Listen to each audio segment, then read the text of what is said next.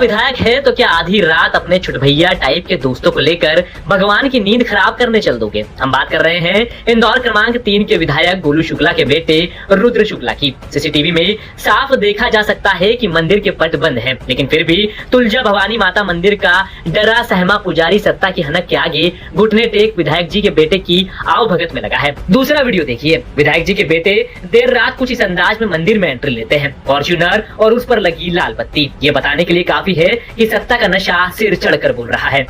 वैसे विधायक गोलू शुक्ला के बेटे रुद्राक्ष शुक्ला का एक और वीडियो आपको दिखाते हैं। तस्वीरें इंदौर के प्रसिद्ध खजराना मंदिर की है। यहाँ विधायक जी के बेटे के लिए अलग ही प्रोटोकॉल है। गर्भगृह में जहाँ आम लोगों को अलाव नहीं जाना, वहाँ देखिए विधायक जी का बेटा रुद्राक्ष अकेले पूजा कर रहा है, साथ ही फोटो भी खिंचवा रहा है।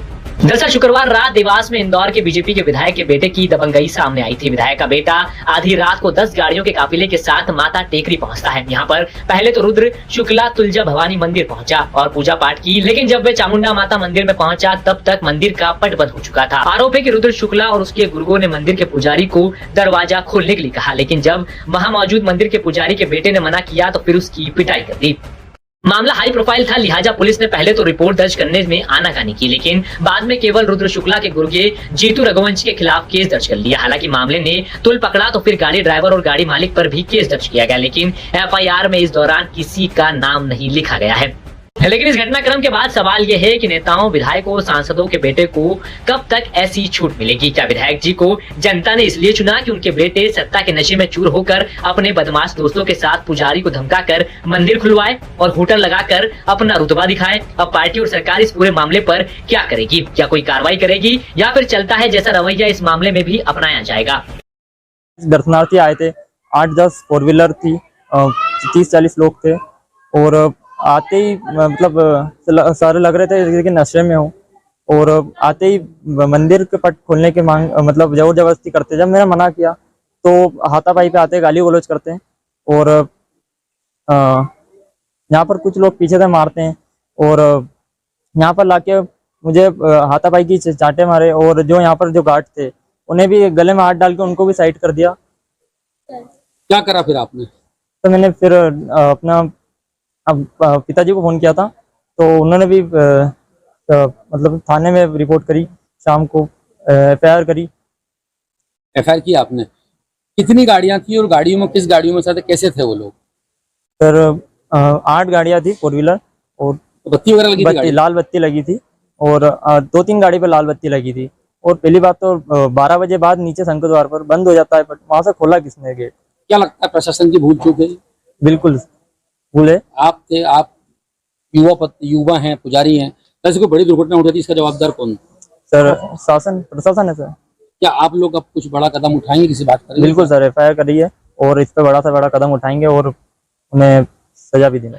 देखिए, ये जो परसों रात को इंसिडेंट्स हुआ है और इसमें जो मंदिर के पुजारी हैं उन्होंने एक लिखित आवेदन थाना कोतवाली पर दिया है और लिखित आवेदन के आधार पर वर्बेटिम एफआईआर पुलिस के द्वारा की जा चुकी है। उसमें जिसके ऊपर मारपीट का आरोप लगाया गया है उसके विरुद्ध पुलिस ने एफआईआर की है। और इसके साथ कल लोकल मीडिया ग्रुप्स में कुछ वीडियोस वायरल हुए थे, उसको पुलिस ने संज्ञान में लिया है और माता टेकरी समिति के द्वारा वहाँ पर टेकरी पर जितने भी सीसीटीवी कैमरास लगाए हुए हैं उन सभी सीसीटीवी कैमरास को पुलिस ने अपनी अभिरक्षा में लिया है। करीब 100 के आसपास कैमरास हैं। हर एक कैमरास को हर एक एंगल से पुलिस के द्वारा कल दिन भर देखा गया है, रात भर देखा गया है और उसमें ये तथ्य की पुष्टि हुई है कि परसों रात को 6 वाहन माता टेकरी पर चढ़े थे। जो वाहन जब चढ़ रहे थे उनमें से एक वाहन पर जो ऑफिशियल बीकन यूज़ होता है वो यूज़ हुआ था।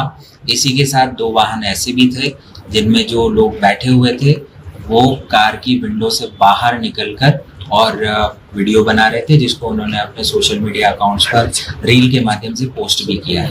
तो जो एक एफआईआर कल मारपीट, गाली गलौज और जान से मारने की धमकी की पंजीबद्ध जिला पुलिस के द्वारा की गई है, उसके अलावा सीसीटीवी फुटेज खंगालने के उपरांत और जो 6 वाहन ऊपर चढ़े थे उनमें से 3 वाहनों को रजिस्ट्रेशन नंबर सहित जिला पुलिस के द्वारा चिन्हित किया गया है और 3 वाहनों का जो रजिस्ट्रेशन नंबर है उनको स्पष्ट उल्लेखित करते हुए 3 अन्य वाहन जिनकी अभी जांच जारी है उनका भी उल्लेख करते हुए एक पृथक से एफआईआर कोतवाली पुलिस में दर्ज हुई है और उसमें जो धाराएं 281 और 125 बीएनएस की लगाई गई है। साथ ही जो बत्ती का प्रयोग हुआ है उसमें मोटर व्हीकल जो एक्ट है उसके प्रोविजंस का उल्लंघन हुआ है। तो 185(4) और 108/177 मोटर व्हीकल एक्ट के तहत भी हमने अपराध पंजीकृत। सर विपक्ष दिख रहा है कि उसमें विधायक के बेटे जो है रुद्राक्ष शुक्ला उनका वो काफिला था, ऐसे में जो नेतृत्व करता है क्या आप उन पर भी कोई कार्रवाई करने जा रहे हैं? सर विपक्ष देवास पुलिस पे सवाल भी खड़े कर रहा है कि विधायक पुत्र को बचाया जा रहा है।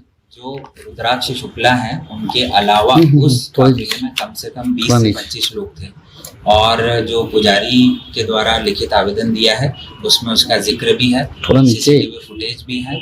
मामला अभी इन्वेस्टिगेशन में है। जिस प्रकार से कल मारपीट की एफआईआर हुई थी उसके बाद पुलिस ने सीसीटीवी के एक एंगल को खंगालने के बाद दूसरी पृथक से एफआईआर भी की है। मामला दोनों प्रकरणों में विवेचनाधीन है। विवेचना में जो भी साक्ष्य आए होंगे बिल्कुल निष्पक्ष करेंगे।